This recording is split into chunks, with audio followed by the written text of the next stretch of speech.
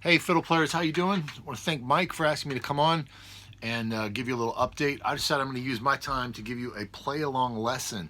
So if you want to grab your fiddle, you can play along after me. I'll start with some easier lines, and then as I get going they might get a little harder. I might stop and give you a couple concepts. I'm going to use some of these little loops I just set up. You know, I'm not usually I don't consider myself an authentic old-time player or bluegrass, but I really admire the styles, so I try to check it out. And I use these vamps as a way to improvise and then focus on my own rhythm, sound, phrasing, that sort of stuff. So let's just try some easy lines, all right? You play after me. Ready?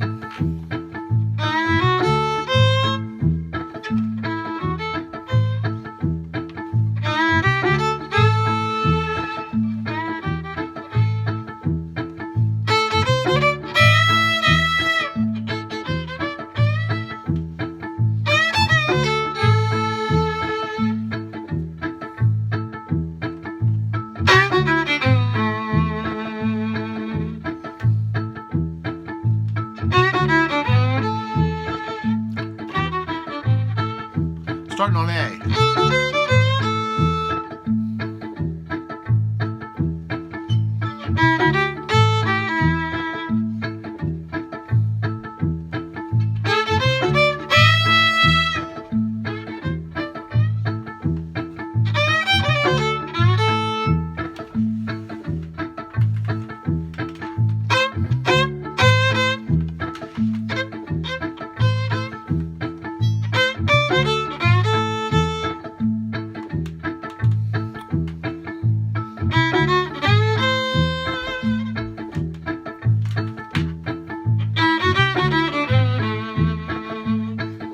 Go to a D chord now, okay?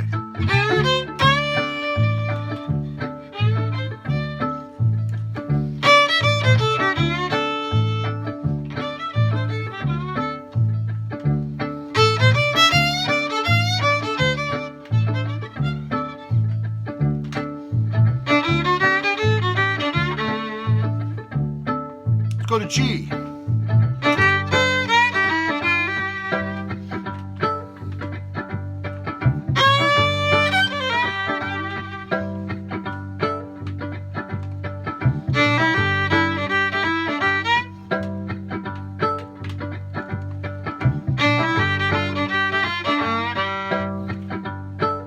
And back to A. So one of the concepts I want you to think about here, obviously this music it's about blues, it's about soul, it's about the heart, right? I mean, that's what's important to me about it. And I know that's probably how you feel about it. So it's always tricky when you try to bring some kind of analysis to it, intellectual analysis. And I know a lot of people probably think of me as like the jazz guy, and so that means that I'm always trying to bring this intellectual side. But the only reason I would ever use that is in service of the music. And so the music is meant to be emotional. It's supposed to be heart-driven. It's meant to be cathartic, drama, spiritual, human, however you want to think about it. So I'm going to use whatever means I can to get to that as a vehicle for it. And there's some great mentors of mine that I have learned a lot from along those lines, who have had different ways of thinking about the music. Like one of my mentors, his name is Bobby Floyd, and I've got some on my YouTube channel. I've got some videos working with Bobby. But whenever I play with him, he's one of those people you play with and you're always just amazed by every note that he plays, and you're always, everything you play after that person, you feel like, why can't I make it feel as good as that other person? That's how I feel about Bobby.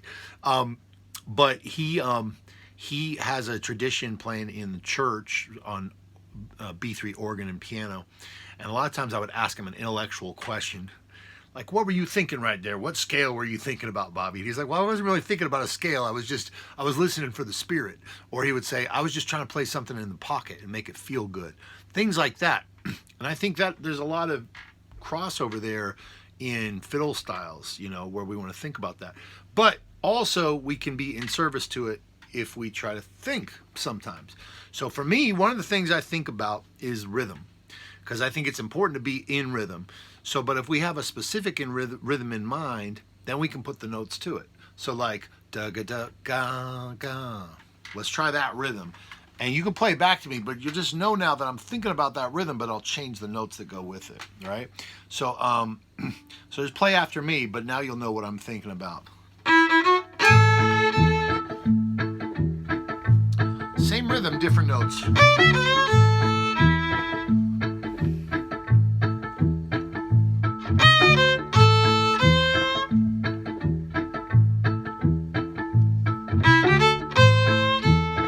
Now here's a different rhythm, okay?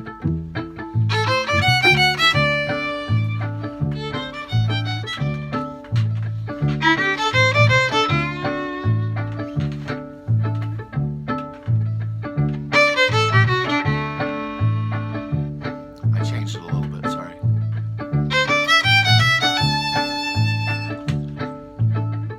Here's a different rhythm.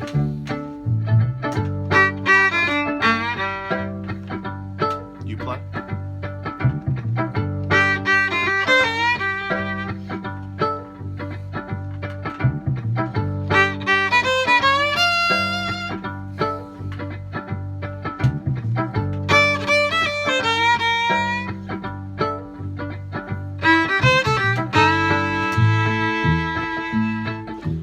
Sorry about that. So you get the idea. That's the concept. If you just think about rhythms, and then you think about the notes that you're going to put. Now, obviously, if I'm playing normally, I'm not going to just play the same rhythm every time. I'm thinking, what rhythm I'm going to play on this phrase? Now, what's another rhythm I'm going to use on this phrase? That's a big part of how I approach it on the intellectual side. Now, again, it's to service the heart side of the music. But I think that we can use whatever we can use. And so for me, growing up with my background as a classical player, studying different theoretical ideas and just getting ideas from different people, I've just tried to use whatever I could. So I hope this is helpful to you. I think so many times people focus on what scale should I play or memorizing licks. And I think this is just an alternative way to look at it, is to think about what I like to call it is your melodic rhythm. Focus on what's the melodic rhythm. That just means what's the rhythm of the melody that you're going to play. And then you can think, I know what my rhythm is. What's the shape then? It's going to go up, it's going to go down, it's going to stay here. And to me, it just brings a lot of clarity and intention and purpose to the lines I play. I still have to play the lines, and they're not always what I want them to be, but that's how it works. But as far as, Mike asked me to address and talk a little bit about what's going on during this time since, stuff got shut down and everybody's social distancing. And so I'll address that briefly. One of the things I've been doing is, obviously there's a lot of hard things about it. But I'd like to talk about the positive things. So one of the positive things for me has been that I've been staying home a lot. That feels positive because I usually am on the road a lot. So I really enjoy getting to spend time with my son every day. And my son has actually been home pretty much homeschooling because he's not in school. And so my wife does a lot of the homeschooling with him, but then I spend a lot of time with him too every day. And I got to say, my son, he's 10, by the way, Dalton is his name. He loves the schedule right now. I think he likes me being here. I think he likes getting a lot of attention from Mom and from me. I think that's been a positive thing. So I'm focusing on that. I'm focused on how much I enjoy being at home. And I'm getting to work on new projects like these play-along lesson videos. So I've got more than 60 play-along lesson videos.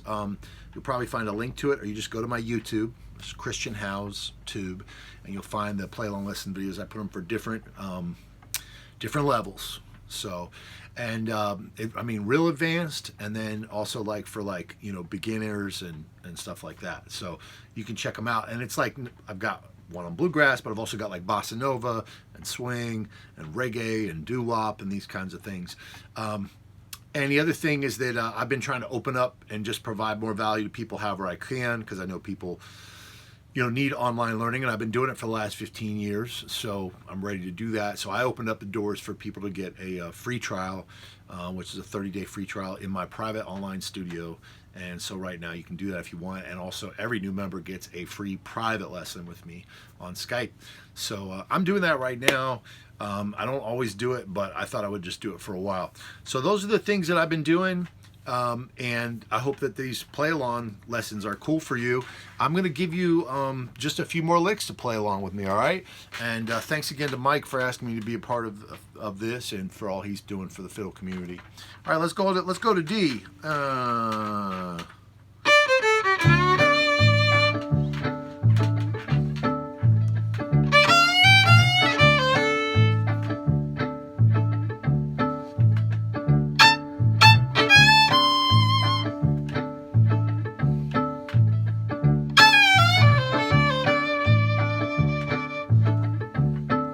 To G.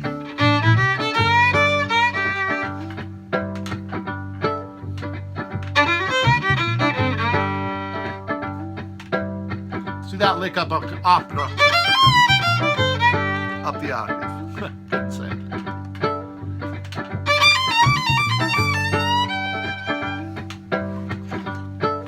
To A.